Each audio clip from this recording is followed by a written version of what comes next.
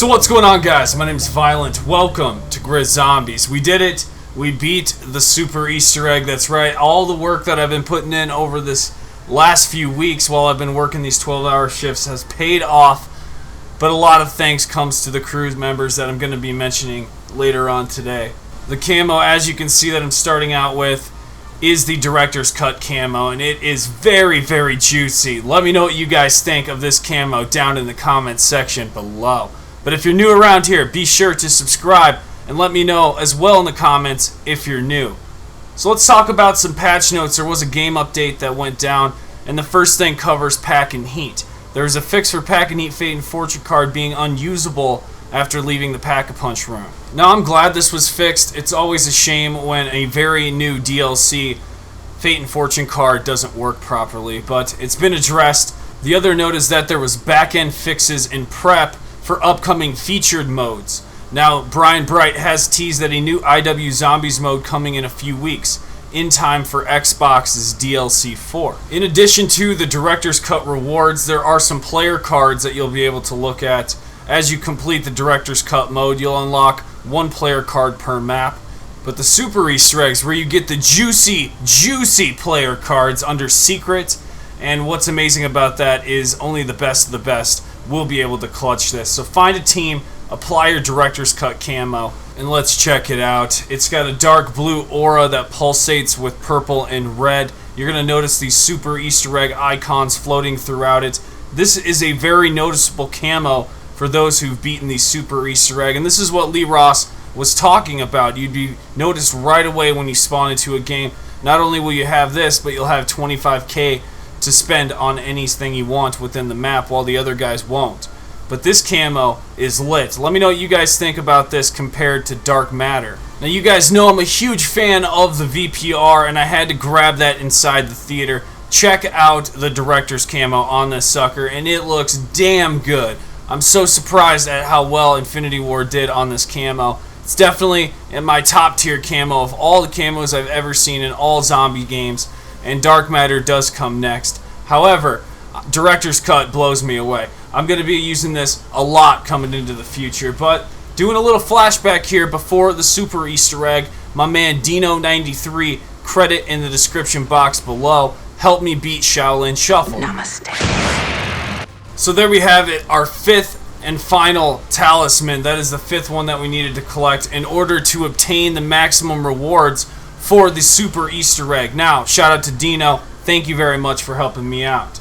Now, I've heard rumors that the consequence is a restart if you do not complete all of these and actually complete the super Easter egg with some Director's Cut players. So make sure you finish all of them. Now, this super Easter egg by far was one of the hardest challenges I've had to gone through. Shout out to my team, 420 No Scope, The Warrior, and YG. I appreciate you guys stopping by, and I'll have you guys linked down in the description. We went through this entire super Easter egg boss fight many, many times. YG stopping by just to fill in, but we did complete this after 3 major fails trying in and out. Good thing I did not complete this because I did need to complete Shaolin Shuffle first. One of the main points I want to make in this boss fight is that what we're doing is actually shooting souls at the boss, making him weaker, and activating a talisman on each one of these icons on the floor. You have to do that to all 5 all the way around, and that's what I'll be showcasing as we move forward here.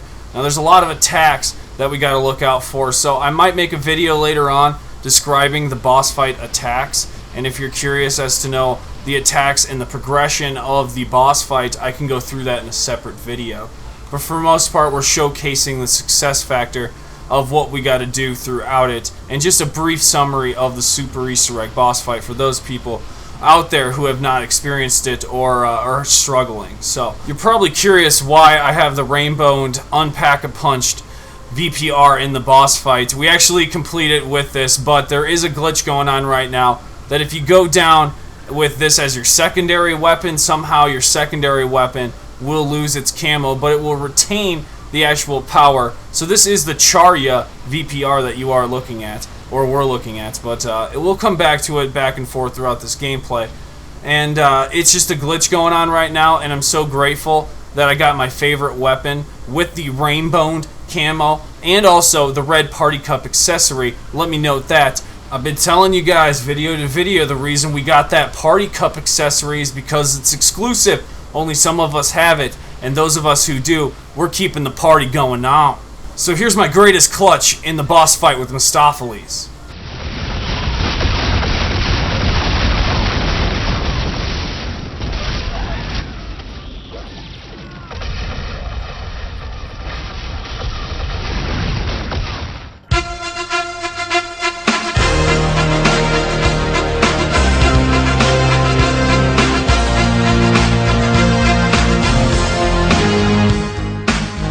Oh my god!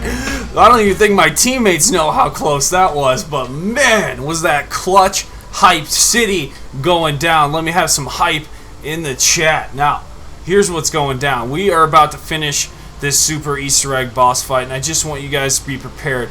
People are going to be going down, and a moment like this where Rising Phoenix will be the answer to save the day. Make sure you have that card equipped. Of all things, Phoenix ups will come in handy. Now these symbols that are located around, you're going to need to stand on them and actually shoot the boss because the icon will appear on his chest or wherever and it will light up white and you can shoot it. Now when enough damage is caused, the talisman will rise and that means it's complete. You're going to have to activate the talismans before this, so make sure you go around and activate all the talismans and then shoot the boss so you can actually get it to rise. Once it's risen, and all of them are risen, then you will just have to shoot down the boss himself when he comes to the middle. But that's a challenge in itself. So getting to that point is dangerous, so you need to pay attention. And also, rely on your teammates to revive you, because you might be having a lot more downs here than anticipated.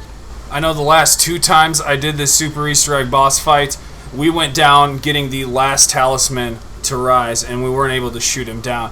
So it's very devastating when you actually fail this. So the more times you do go into this, you will get better. So just because you failed, don't think it's for nothing. You 100% will learn something every single time. And just as we did, finally completed it on our 4th trial. And it was nuts. This is by far the hardest boss fight I've ever done. Perhaps the greatest thing that we need to be appreciating is the fact that our Super Easter Egg has a boss fight to it. It's not just something you collect and it's over, a very small bit of animation. We have an actual level that we need to complete. For beating this bonus round, you are awarded a calling card called Devil Slayer, which only the players that have beaten Mephistopheles can have and obtain and apply to their card. This is the very final step, and I'm going to be leaving you guys with the cutscene. So thank you for being here. I appreciate it, and be sure to subscribe. I'll see you in the next one. Violent out.